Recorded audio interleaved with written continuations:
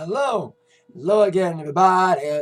Zack Attack is here with the Atakline for this Wednesday, September the 9th, 2015. Hope everyone had a great weekend just after Labor Day. Hope everyone had a happy and safe Labor Day. I had a good one. No gigs because my dad was on a business trip, so I went to the movie Peach Fest on Friday, Saturday, and Sunday. Saw a lot of good people that I knew, some high school pals, some Attack Army members, including the Morellans and their bunch of folks. And I was going to go to All Speeds and Eats Monday, but I decided instead to go to my brother's girlfriend's aunt's house on Monday at her aunt's house for a pool party. That was fun. And I want everyone to bear with me as I have somewhat of a voice left because I went to see last night AC fucking DC at Ford Field last night for the Waco Bus Tour. I've been a big fan of theirs since I was a little kid. Ways out my dad, more specifically my Uncle Jimmy, who's seen them a bunch of times. Now it's my turn to finally see him. Packed house, about 40,000 people, packed Ford Field last night. Even with the Tigers game next door, Comerica, that I heard went extra innings. Crazy. DC put on a terrific 2-hour show of pure adrenaline rock and roll. They remind me so much of the Stones because of the fact they're as old as the Stones, and they can still kill it. Little loud the acoustics at Ford Field, which is okay. Because I was at Comerica for the Stones, and the acoustics were good at Comerica, but Ford Field's got a roof on it. See how it's like when I see Luke Bryan there next month. But it was loud and boisterous and rocky. Boatloads of energy for the band, especially Angus Young. He was running around like a madman, doing his traditional walks. There's little quips. A lot of downtime in between songs, about like a minute between songs. And there was no banter. I wish there was more banter in between the songs because there was like a little bit of downtime. I can understand because they're old and all, but they should at least say something in between songs. And also, they also remind me of Kiss because they have the traditional props, the bells for the Hell's Bells and the inflatable Woolsey for a whole lot of Woolsey. And of course, the cannons for those about to rock. But unlike Kiss's gimmicks, which feel tired, the blood and the cut guitar solo, those felt tired. This, AC/DC, and their props, their traditions, don't feel tired because they don't come around in the air. Excellent show with all the great hits. He skipped a couple, but that's what you get when you have a big catalog for 40 years. There's going to be songs you're going to skip. A lot of songs from Back in Black, including the entire song. Shook Me All Night Long got everything going. I know from experience, I like to play that one a lot. Hell's Bells. Have a Drink on Me was cool. They did that one. I've been hearing they're doing it. They've been doing it, and I love that they did that. It's one of my mom's favorite songs from them. She didn't go with me, but I thought of it when I sung the song. Thunderstruck, couple. They only did 3 new songs for the new album. Yeah, only 3 songs from Waco Bust. The majority, great familiar hits. Highway to Hell, TNT, Dirty Deeds, and deep cuts like High Voltage, Hell in a Bad Place to Be, and Sin City was good here, too. And, of course, Let There Be Rock. Like all the great songs that people expect to hear from AC/DC. Opening band-wise, Pitch of Trouble were good. The sound was a little rough. It was muddy. It was almost as bad as Cracker, the sound-wise, but they performed good. It was a little bit too bassy, way too bassy to mix. The guitars were mixed okay. The vocals were muddled. So, I liked the set, but the mix was just rough. So they can't wait to see Luke Bryan at Ford Field next month to see if the sound's better. So there you go. All in all, great night of kick-ass, old school, bare bones, no BS, rock and roll from the Thunder from Down Under, AC/DC. Stevie Young played well, replacing Malcolm. And of course, Chris Slade, or as I like to call him, Mr. Clean because of his bald head. He played well, filling in pun the pun for Phil Wood. I have the Live from Donington DVD. I love that DVD, and Chris was the drummer in that. And of course, Angus mentioned was great. They lowered the keys to all their songs, but you can still know what they were, and they still rocked it. Unlike Kiss, who lowered their songs, they lowered the keys, and they sucked when they lowered the keys. Then it sounds good. So there you go. Now, with the entertainment news that's happened the last couple of days, starting with the #1 movie. After 3 weeks, Straight Outta Compton finally got kicked off by... Whoa! What the fuck? Womb, the sleeper hit, debuted at number 2 last week, but this week it reigns supreme at the top with a dismal 9 million in its second week. Low weekend for Labor Day. Hello? Who wants to spend Labor Day weekend in the theater? You know what I mean? Everyone's going outside, enjoying the fresh air, especially with nice weather over the weekend. All the festivals going on to end the summer, you know? While the new movies like Walk in the Woods and Transporter reviewed did just okay with 8 million for Walk in the Woods at number 3 and Transporter at number 4. So, did okay, not too bad. Meanwhile, Billboard charts. New number ones across the board. First off, we have a new number 1 album, The Weeknd. First album for him to debut number 1, Beauty and the Madness. Buoyed by the hit single I Can't Feel My Face. Hits number 1 on the top 200 this week. Congrats to The Weeknd for that. But The Weeknd, nor Cheerleader, is not number 1 this week on the singles charts. We have a number 1 single in the Hot 100. For only the 23rd time in Billboard history, we have a song that debuts at number 1 in the Hot 100, and it is Justin Bieber's What Do You Mean? His first ever number 1 single in the Hot 100. That's crazy. It is a good song. It's his best song in a while. It's not gangsta. He's not white boy gangsta. His last couple songs that fucking suck to hell, including there were songs that he did on his last album that I like Beating the Beat, but it was sad that stupid songs like As Long As You Love Me was the hit. It's like, that song sucked. But I'm glad he got it right with this song. Congrats to Bieber. His comeback trail almost complete with What Do You Mean at number 1 in the Billboard charts. The last artist to debut at number 1 on the Hot 100 was Taylor Swift, Shake It Off last year. Michael Jackson was the first to do it 20 years ago when he debuted at number 1 with You Are Not Alone. So you go, congrats to your new number 1s. And also congrats to Omi Cheerleader is officially the song of the summer.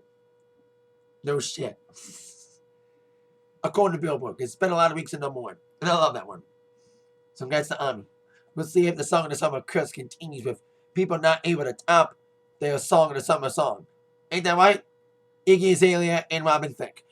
Anyway, with some big news that happened today. The CMAs were announced today, the nominees for the CMA Awards, set to take place on November the 4th. Leading the pack with nominations of very wide mix of nominees, including several surprises, including Chris Stapleton, a country artist like Casey Musgraves, who gets critical acclaim but not much airplay.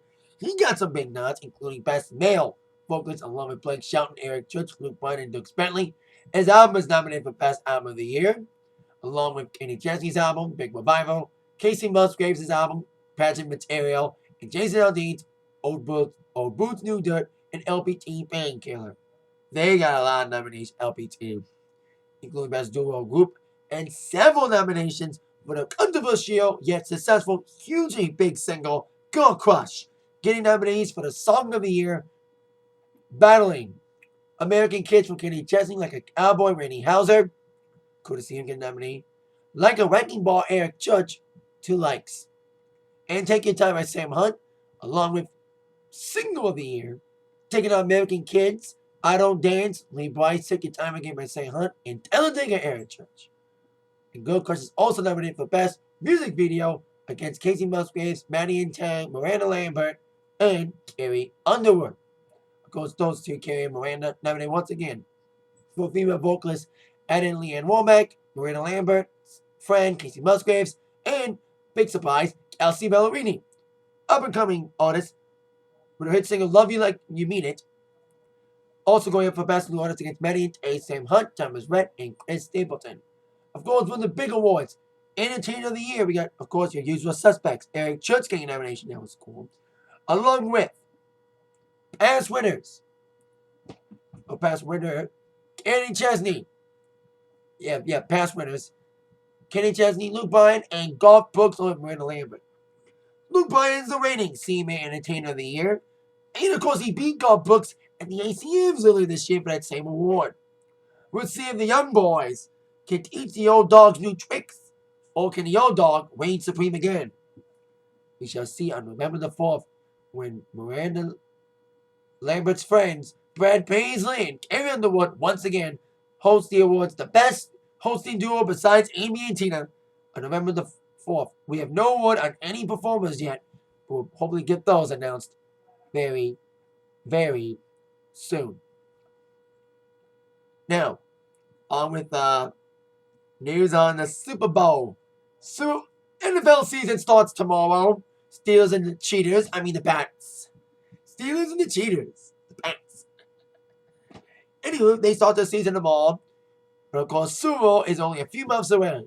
But rumors are already flying about Super Bowl 50's halftime show. Bruno Mars again. Interesting choice from the rumors. According to several reports, including from Billboard.com, Bruno Mars is asked to perform and curate the Super Bowl halftime show, which will make him probably get some special guests with him.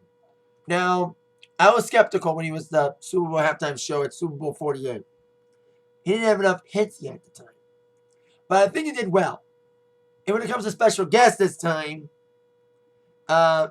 just few. Because I thought he needed the Chili Peppers. He didn't need the Red Hot Chili Peppers. I thought the Chili Peppers were going to help him carry the show. He didn't need the Chili Peppers. You know what I mean? Maybe the special guests could be like Mark Ronson, Travis McCoy, a couple other special guests, but not too many. But the only difference between what happened, it is kind of interesting to see Bruno again, because the only difference between what's happened between Super Bowl 48 and 50, Bruno's only had one more hit since then. He has released a new album in a couple years. Of course, Uptown Funk was a huge hit this year. That was the only difference. He didn't do Uptown Funk in Super Bowl 48 because it wasn't out yet. That's the only difference you're going to see from Bruno. Unless he may do like different songs this time. I like this show. I was very surprised by it. Yeah, I love Katy Perry's show. But as I need to mention, this is rumored that Bruno Mars is going to be doing Super Bowl 50. But in all cases, the first artist that's rumored is usually the one that's official. And it wouldn't be the first time you see someone be paid as a performer in a Super Bowl halftime show. Gloria Estefan, 3 times. Justin Timberlake, 2 times. And Nelly, 2 times. Both the same years. The 2001 one with Aerosmith and Britney Spears, and of course the infamous Nipplegate halftime show. So there you go. Bruno Mars set to perform in the halftime show again next year for Super Bowl 50. Those are just rumors right now.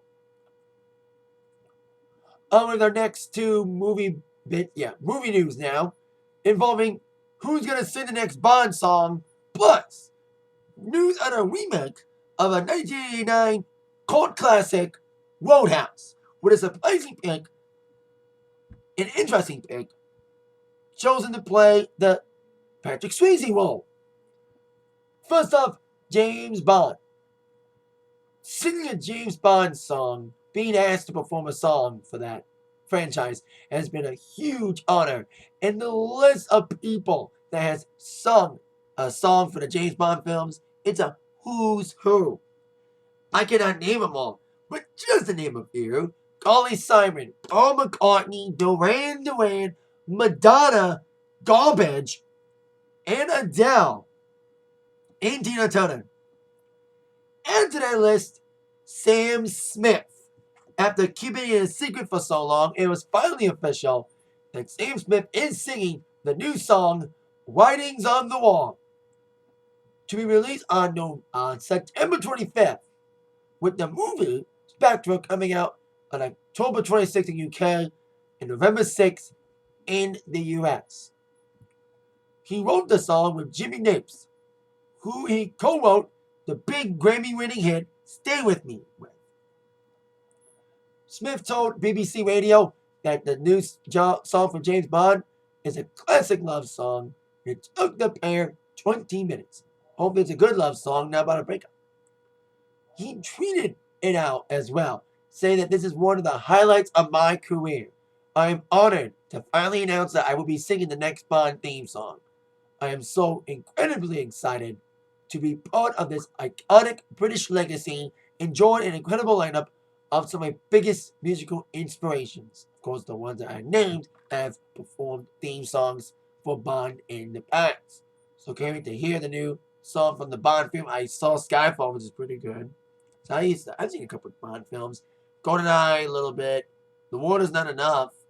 That was like the first Bond movie I actually saw in its entirety.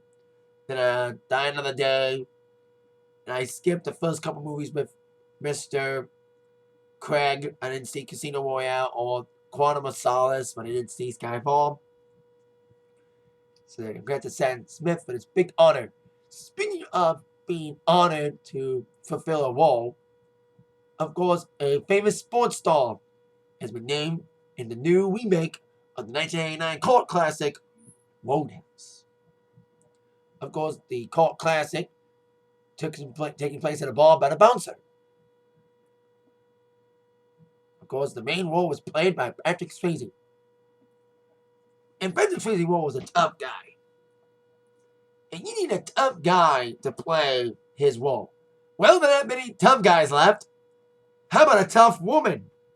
The toughest woman on the planet that could beat your ass. Of course, I can only be referring to the reigning UFC Women's Veteran Champion. Yes, Ronda Rousey is playing the Patrick Swayze role in Roadhouse. She has been in 7 movies in small roles, like Furious 7 and the Expendable films. And also making a cameo earlier in the Entourage movie. But now, she gets her first major starring role in Roadhouse, the remake. She tweeted it out about being honored, saying that it is a great honor to play a part in celebrating the life of a man that inspired so many. I couldn't be more grateful to have this opportunity to pay respect to the beloved Patrick Swayze. I promise to work incessantly to make sure this project is a tribute his family and his friends and fans can be proud of. She has not signed an official contract, but she has been named for the role. So congrats to Ronda Rousey. It's actually interesting to see. I've never seen the original. I've heard of it. But it's interesting that they're having it's like female big year when it comes to like remakes and having female star in it. Of course, we got the all-female Ghostbusters coming soon. So it makes sense to have a new Roadhouse film and have one of the toughest women, not just on sports, but on this planet, play a really tough role. Tough person role. She could kick anybody's ass, Ronda Rousey. Tell that to Triple H, Stephanie McMahon, and also her recent opponent. Of course, she is set to defend her title again in November in Australia against Holly Holman, which will be another 30-second match. That's the bad thing about Rousey. Her fights end quickly, although she didn't end with a submission. She knocked her out, and it was crazy. They put the Koya, and that was crazy. So congrats to both Sam Smith and Ronda Rousey for their recent honors to write and sing a Bond theme, and of course, Rousey filling in valiantly, taking over the Patrick Swayze role in a remake of Roadhouse. No word on release date yet. I'm guessing sometime next year, or even at the latest, 2017. And that is it for the Atakline for today. Thank you very much for watching. With that in mind, you've been attacked by the news from Zach. See you later. Yeah.